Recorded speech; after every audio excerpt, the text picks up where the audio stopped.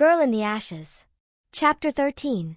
Edward shifts, turning his whole body towards me, sitting with his legs crossed. I sit on my knees and take a deep breath. How do I even begin? Do I just come out and say, "Hey, I used magic, lied to your face, and pulverized your heart, aren't you happy?" Clenching my fists and staring at my lap, I whisper, "I'm a horrible person. I didn't mean to play with your heart, but I keep messing with your feelings. Heck, I'm confusing myself too. I just didn't expect to fall in love with you." At those last words, I finally glance up at him. I can't read his expression for once, or maybe I never could. I swirl around, completely mortified. That's not what I planned to tell him. I want to confess I am that stupid princess who manipulated him into falling in love with magic.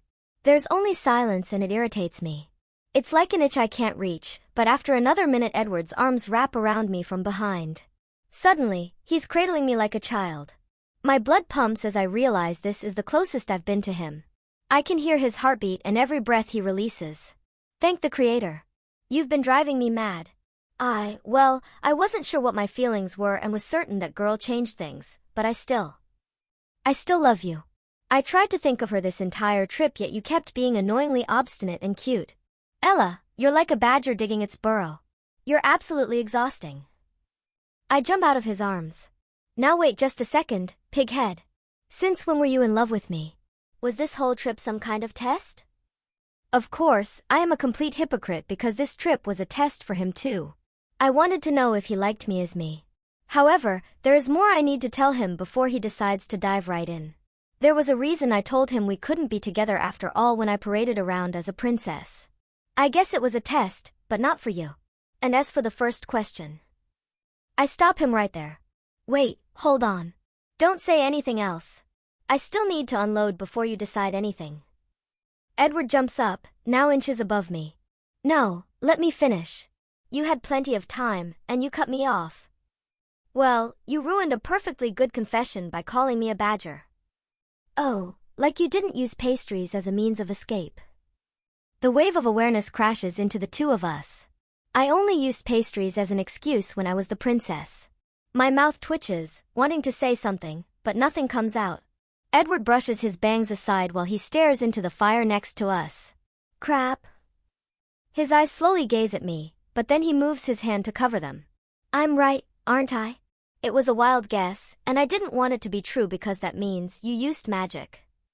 I stay quiet, not able to deny it. My shock holds my words back as I wonder what gave me away. After another glance at me, Edward runs out of the room, and suddenly I can speak again. I call out his name and run after him. Then I remember I don't have my shoes on. I backtrack, slipping on the socks and boots. By the time I get into the main room, Edward has slipped outside into the cold. I bolt through the dancing crowd and swing open the door. The crisp winter air hits my bare skin while my breaths are visible in front of me. Edward stands in the vacant street. I slowly approach him, but he turns when he hears the thin layer of snow crunching under my feet. I gulp, knowing it's time for my explanation. Even if he figured it out, he deserves to know all the details. I used magic so no one would recognize me. I realize it was a dumb reason to break the law, but after my father's death, everything changed. Neriel made these dresses for me to wear, and well, despite being a servant, I wanted to dance in them. It's like I said, I didn't expect to fall in love with you. I tried to warn you off at the last ball once I realized my mistake, but I made it worse. I keep making it worse, and I don't want to lie anymore. Tears flow out uncontrollably as I stumble out. I'm so sorry. My vision is blurred, and I'm freezing. My nose leaks just as much as my eyes, and it is disgusting. I hear Edward step forward and then there's a loud thud. Edward. I run. No, wait. My feet slip on the ice, and my butt hits the ground. It isn't as bad as his fall, but I know it will leave a bruise. Edward sighs and waddles on his knees over to me. We are very elegant people who nail romance on the head, Edward mutters. I laugh, wiping my nose on my sleeve. Then I wait. I've said my piece, and this time, I want to give him the chance to decide if we're worth it before I run off. Ella, I'm not happy but I'm not upset either. The lying does bother me, but it's not like I haven't done the same. Plus, it means I've been in love with one girl this whole time, so that's a relief. The only thing is, you're right. My father would not approve in the slightest. Sure, your servitude could be nullified through marriage, but my father never liked you to begin with. He respected my mother's friendship with your mother, so he tolerated you. However, after our race, he was terrified you posed a threat both to my image and my well-being. I sniff, wanting to comment on how ridiculous that is, but I reflect on what Edward told me earlier. People want him and his parents dead. Of course, the king doesn't trust anyone, including girls who become too chummy with his son. Edward rises and extends his hands to me. He lifts me up, and we slowly head to the warmth of the inn. He continues to talk as we approach the door. I'm distracted for a brief moment because I register one of his hands still clasps mine. Then there's the magic issue. Personally, I can't fault you for that, and I know you don't have any ill intentions. I'm still not quite sure where I stand on magic, to be honest. Father will not be so forgiving. If he ever finds out, Ella, he'll imprison you, banish you, or worse. I nod gravely before we walk inside. He guides me back to our room, dimming out the noise once he closes the door. I squeeze his hand. So, what do we do? I whisper. Edward leans against the closed door and stares at me intently, giving me flashbacks to when we were young. I've loved you since you apologized for splashing water over my head.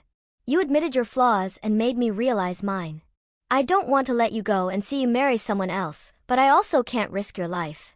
Though, if we can prove to my father, then maybe. He trails off. I tilt my head, wondering what sort of plan he's cooking up. A lopsided, mischievous grin appears on his face. In spring, you'll attend the next ball, meet my father, win him over, and leave me a clue about your identity. You want me to use magic, again? Then lie to your father and hope I win him over? And you already know who I am, so why leave a clue? Edward's grin remains. My father is a hunter.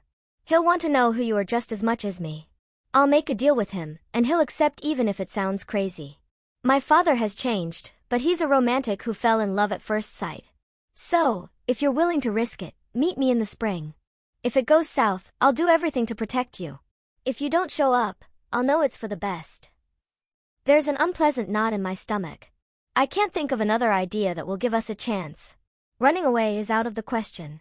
Edward is their only son, and they won't accept his disappearance. Telling the truth outright would result in who knows what. Okay, let's say we go forward with your plan. What if I'm caught at the ball before you make this deal with him? The potion was meant to keep me unrecognizable, yet you obviously figured it out. Edward smirks, tugging on my arm to bring me closer to him. I didn't know for sure. Fine, but what tipped you off? He twists his fingers in mine. Let's see. Mannerisms, your voice, your appearance after the princess vanished. Oh, and how you conveniently divulged that I was the prince. But again, I wasn't certain. Huh, so my voice was still the same? I guess the king wouldn't notice that since I've barely spoken to him. Then I remember someone who might. At the last ball, I talked to Clara. It's possible she might have had her suspicions raised. Exactly, but if he does think something's off, I'll be there. I rest my forehead against his chest and whisper, "Are you sure you want to marry me?" "I want so much more than that," he says, brushing my hair and kissing the top of my head. My heart swells, yet my muscles stiffen. Edward hurriedly backs away and his face is completely flushed. I want children, you know. No, wait, I don't mean. Oh, creator, what do I mean? You know what, I'll slide my bed clear to the other side. I didn't even think how inappropriate this is. The innkeepers, well, they probably thought, you know. I guess after the last 2 nights, I didn't even think about it. We were out in the cold, and I assumed you didn't return my feelings. I bet there's a shared room for men. I can sleep there. I laugh at his absurdity. I step forward and take his hands again, looking him dead in the eyes. Edward, we have complete control over what happens here. And I agree, someday I want kids and I want them with you. I should also remind you that women share the same desire, though being charmed first is appreciated. His panic ceases, and he switches to a dazzling grin. Oh really? I sparked that desire in you? Yeah, well, you can still sleep 6 feet away from me, I state, letting go of his hands while I kick at his makeshift bed. He shakes his head, dialing the charm down a notch. You know, we could have saved a lot of time and a trip if you had told me sooner. Then we wouldn't even be here. Touché?